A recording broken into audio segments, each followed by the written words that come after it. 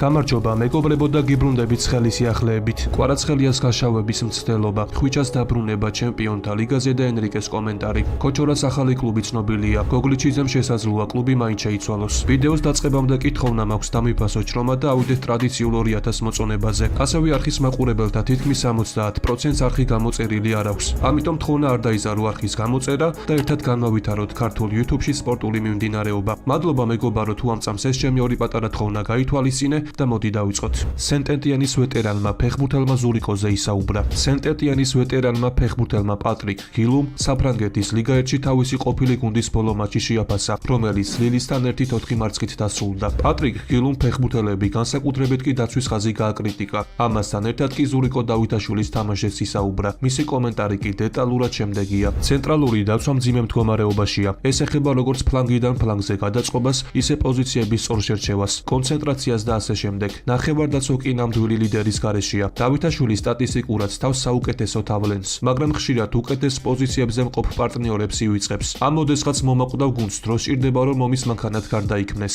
ეს გუნდი სისტემურად იჟება თავისი სუსტი წერტილების გამო. ნორვეგიელი მწვრთნელი ყველაფერს აკეთებს მდგომარეობის გამოსასწორებლად, მაგრამ სამუშაო კიდევ ბევრია, განაცხადა პატრიკ გილუმ. მეორე შეთავაზება მზადა. შესაძლოა გოგლიჩიძე ახალ გუნდში მაინც გადავიდეს. რამდენიმე დღის წინ საქართველოს ნაკრებისა და ემპოლის ფეხბურთელი საბა გოგლიჩიძე ახლოს იყო რომაში გადასვლასთან, თუმცა ტრანსფერი ბოლო დღეს ჩაიშალა. როგორც მოგეხსენებათ, ევროპის წამყვან ქვეყნებში სატრანსფერო ფანჯარა დაიხურა. წინასწარი ცნობით კი გოგლიჩიძე ემპოლიში სეზონის ბოლომდე დარჩა, მაგრამ უნდა ითქვას ისიც, რომ კიდევ ერთი რეალური მსურველი გალათასარაია. აღსანიშნავია, რომ თურქეთში სატრანსფერო ფანჯარა 11 თებერვლის ჩათვლითა. თურქულმა კლუბმა კი ემპოლის პირველი შეთავაზება უკვე გაუკეთა, მაგრამ მათ ეს შეთავაზება დაბლოკეს. თუმცა ლაგაზეტა-ჯის ინფორმაციით, თურქულმა კლუბმა გუშინ კიდევ ერთი უფრო მსუყე შეთავაზება გააკეთა და ყველაფერს გააკეთებენ, რომ დარჩენილ დღეებში გოგლიჩიძე და ემპოლი დაითანხმონ. ვინაიდან ქართველ ფეხბურთელს ზაფხულში ტოპ გუნდში წასვლის შანსი აქვს, ამჟამად გოგლიჩიძეს გალათასარაიში გადასვლის სურვილი არ აქვს, მაგრამ შესაძლოა სიტუაცია ნებისმიერ მომენტში შეიცვალოს, რადგან გალათასარაის გოგლიჩიძის დამატების ძალიან დიდი სურვილი აქვს.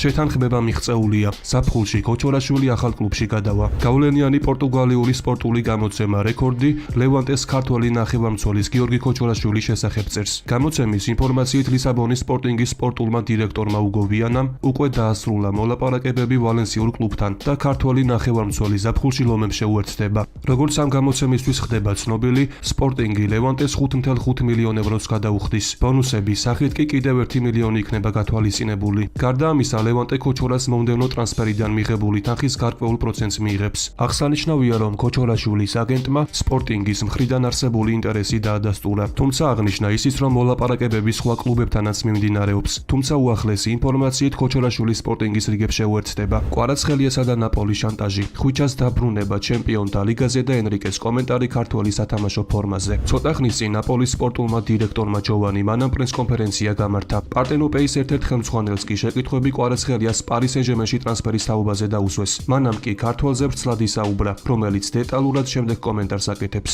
ხვიჩას მადლობას ვუხდით ყველაფრისთვის, რაც ნაპოლისთვის, ქალაქისთვის და გულშემატკივრებისთვის გააკეთა. ვეცადეთ გართულებული მდგომარეობა ივლისში, ნოემბერსა და დეკემბერში გამოგვესწორებინა. საბოლოოდ კი იანვარში იძულებული გავხდით, რომ გაგვეყიდა და მნიშვნელოვანი ფეხბურთელი დავკარგეთ. არ არის სიმართლე, რომ ამ გარიგებით ფინანსური ანგარიშების დაბალანსება გვინდოდა. ტრანსფერამდე 20 დღით ადრე კვარაცხელიასთან კონტრაქტის გახანგრძლივებაზე ვისაუბრეთ, მაგრამ სატრანსფერო ბაზრის დინამიკამ და ფეხბურთელის სურვილმა ამ შედეგამდე მიგვიყვანა. ნაპოლიმ კი მისი სათანადო ჩანაცვლება სადა, მაგრამ მიზანს ვერ მივახციეთ. კვარაცხელია PSG-ში? ეს თემა გასული წლის მაისში დაიწყო. რამდენიმე შეთავაზება მივიღეთ. ამის შემდეგ კი ორი ფეხბურთელის, კვარასა და ოსიმენის თაობაზე მოგვევიდა შეთავაზება. არ გვინდოდა რთული სეზონის შემდეგ გუნდის საუკეთესო ფეხბურთელი დაგვეკარგა. გვინდოდა მისი შენარჩუნება ძლიერი სიგნალი ყოფილიყო, მაგრამ საბოლოო ჯამში მიზანს ვერ მივახციეთ. პარის სენ-ჟერმენთან კონტაქტი თვეების განმავლობაში ჰქონდა, რაც ნორმალურია. ეს ფეხბურთისა და სატრანსფერო ფანჯრის ნაწილია. კვარაცხელიასგან შანტაჟი? გასულ წლებში ნამდვილად შეგვეძლო მასთან კონტრაქტი გაგვეხანგრძლივებინა და გრძელვადიანი კონტრაქტი გაგვეფორმებინა. რაც დაგვიცავდა არასაფეხბურთო ვითარებისგან, რომელიც შეიქმნა და რომელმაც მისი გაყიდვა გვაიძულა. როცა ადამიანს წასვლასრულს რთულია ის დარჩენაში დარწმუნო. შეგიძლია ეს ერთხელ ან ორჯერ სცადო, მაგრამ თუ არაფერი გამოვა, რატომ უნდა დაიტოვო ფეხბურთელი, რომელსაც შენს გუნდში ყოფნა არ სურს? აუცილებელია ნაპოლის ყველა მოთამაშეს გუნდში ყოფნა უნდოდეს. თუ მოტივაცია გაკლია, აზრი არ აქვს ისწრაფოდე მიზნებისკენ იმ ადამიანებთან ერთად, რომლებიც ვერაფერს მოგცემენ. მისი შენარჩუნება ძალიან გვინდოდა, მაგრამ თუ ცოლსა და ქმარს ერთმანეთი აღარ უყვართ, ჩორდებიან. სხვა გზა არ არსებობს. ჩვენ ყველაფერი სცადეთ და მწვრთნელმაც მაქსიმუმი გააკეთა. პრეზენტაციისას მან კვარაცხელიაზე კარგი რაღაცები თქვა. ფეხბურთელი კი გუნდში დარჩა და მზადყოფნა გამოხატა. ამის შემდეგ ალბათ არ გააკეთა ის, რაზეც შევთანხმდით. საკუთარ თავს ვერაფერში დავადანაშაულებთ. მას წასვლა უნდოდა და წავიდა. განაცხადა ჯოვანი მანა. ნაპოლის სპორტული დირექტორის ამ კომენტარმა კი მთლიანი იტალიური მედია მოიცვა და პრესა გადაჭრელდა იმ სათაურებით, თითქოს ხვიჩამ ნეაპოლური კლუბი დააშანტაჟა. მაგალითად, იტალიური გამოცემა რეპუბლიკა წერს, რომ ხვიჩას კონტრაქტიდან გამომდინარე, ასევე ვადებიდან გამომდინარე, ფეხბურთელის მხარეს შეეძლო FIFA-ს რეგლამენტის 17 მუხლი გამოეყენებინა და მას კლუბიდან წასვლა დაახლოებით 10 მილიონი ევრო სანაცვლოდ შეეძლებოდა. მაშა სადამე საფრთხე მხოლოდ პოტენციური იყო, რადგან ის არასდროს გადაიზარდა ქმედებებში, მაგრამ ეს იყო რეალური გზა, რომელიც ნაპოლის უნდა გაეთვალისწინებინა უფრო დიდი ზიანის თავიდან ასაცილებლად. საბოლოოდ კლუბმა აირჩია კვარაცხელიას გაყიდვა, რათა ფეხბურთელთან კონფლიქტი თავიდან აეცილებინა, რომელიც შესაძლოა ზაფხულში 17 მუხლის გამოყენებამდე მისულიყო. წერს იტალიური გამოცემა. მსგავსი დამოკიდებულება კი რა თქმა უნდა ძალიან საწყენია, რადგან ამ კომენტარშიც კარგად ჩანს, რომ ნეაპოლური კლუბი ხვიჩას არ ენდობოდა. რა თქმა უნდა, ქართველი ფეხბურთელი კლუბს ამ გზით არ დატოვებდა, რადგან მსგავსად მხოლოდ უღირსი ადამიანები იქცევიან. ეს კომენტარი კი ძალიან დამამცირებელია. აღსანიშნავია, რომ ბოლო 2 დღეა იტალიაში ნაპოლის სპორტულ დირექტორს ჯოვანი მანას აკრიტიკებენ, რადგან მისი პრესკონფერენციის შემდეგ კვარაცხელიას გაშავების მცდელობა შეინიშნება. არსებულ სიტუაციას კი ენრიკო ფედელე შემდეგი კომენტარით გამოიქომაგა. აქ კვარაცხელიას მოღალატედ თვლიან, მაგრამ ყოლა მარისის რასიკეთე გაუკეთა მან კლუბს. ევროპის ფედერალური სასამართლოს დახმარებით მას შეეძლო FIFA-ს 17 მუხლი გამოეყენებინა. ამით კი კლუბი ძალიან დაზარალდებოდა, მაგრამ ხვიჩამ ამ ხერხს არ მიმართა მიუხედავად იმისა, რომ ეს შეეძლო. ასევე ერთი კითხვა მაქვს, არის თუ არა ოკაფორი უკეთესი მოთამაშე ვიდრე რასპადორი? რატომ იყიდა ის კლუბმა? ამბობს ენრიკო ფედელე. ერთი სიტყვით ნეაპოლურ კლუბში დიდი ქაოსი და გაუგებრობა. ამიტომ ცოტა ხნით მოვცილდეთ ამ ნეგატივს და მინდა გითხრათ სასიხარულო ინფორმაციაც. როგორც მოგეხსენებათ, საფრანგეთის თასზე PSG-მ ლემანსი დაამარცხა. კვარაცხელიას PSG-ს კი გაუმართლა და საფრანგეთის თასის მეოთხედფინალში მარტივი მეტოქე ერგო. კერძოდ ეს გუნდი გახლავთ სტად ბრიოშინი. ასევე კვარაცხელიას გუნდს კიდევ ერთი სიახლე უკავშირდება. ფრანგული პრესის ინფორმაციით, პარიზულმა გრანდმა ჩემპიონთა ლიგის განაცხადში ცვლილებები შეიტანა და კვარაცხელია დაარეგისტრირა. განახლებული განაცხადი კი UEFA-ს გადაეგზავნა და უახლოეს საათებში ყველაფერი ოფიციალურ სახეს მიიღებს. მე კი შეგახსენებთ, რომ ჩემპიონთა ლიგის პლეი-ოფში PSG-ს მეტოქე ბრესტი გახლავთ. ეს შეხვედრა კი 11 თებერვალს გაიმართება. თავძენ იმასაც, რომ კვარაცხელიას გუნდი დღეს ღამის 12 საათზე მონაკოს წინააღმდეგ არანაკლებ მნიშვნელოვან შეხვედრას გამართავს. PSG-ს თავკაცმა ლუის ენრიკემ კი მონაკოსთან მატჩის წინ პრესკონფერენცია გამართა და სხვადასხვა საკითხზე, მათ შორის გუნდის ქართველ ახალწვეულზე, კვარაცხელიაზეც ისაუბრა. მისი კომენტარი კი დეტალურად შემდეგია. კარგი დინამიკა გვაქვს. ვცდილობთ ის, რაც შეიძლება დიდხანს შევინარჩუნოთ. თუ ვინმე ზედიზედ რამდენიმე მატჩის გამართვა უწევს, ეს პრობლემა კი არა თავის გამოჩენის შესაძლებლობა. როგორც მწვრთნელს მინდა, რომ ფეხბურთელებს შორის კონკურენცია იყოს. მინდა ყველა მიცოდეს, რომ მათ მოედანზე გასვლის შანსი აქვთ. ყველა მზად უნდა იყოს. კვარაცხელიას ყოფილ კლუბში გარკვეული პერიოდის განმავლობაში არ უთამაშია. ამიტომ მან ადაპტაცია უნდა გაიაროს. რამდენხანს გაგრძელდება ეს პერიოდი არ ვიცი. ნებისმიერ შემთხვევაში ეს ჩვენთვის პრობლემა არა. იმიტომ რომ ის გრძელვადიანი პროექტისთვის დავიმატეთ. გუნდს კარგი დინამიკა აქვს, ამიტომ არ გვეჩქარება. უსმან დემბელე ჭკვიანი ფეხბურთელია. მას შეუძლია თანაგუნდელებს შორის დამაკავშირებელი რგოლი იყოს. ამიტომ დემბელესგან გუნდის ლიდერობას ვითხოვ.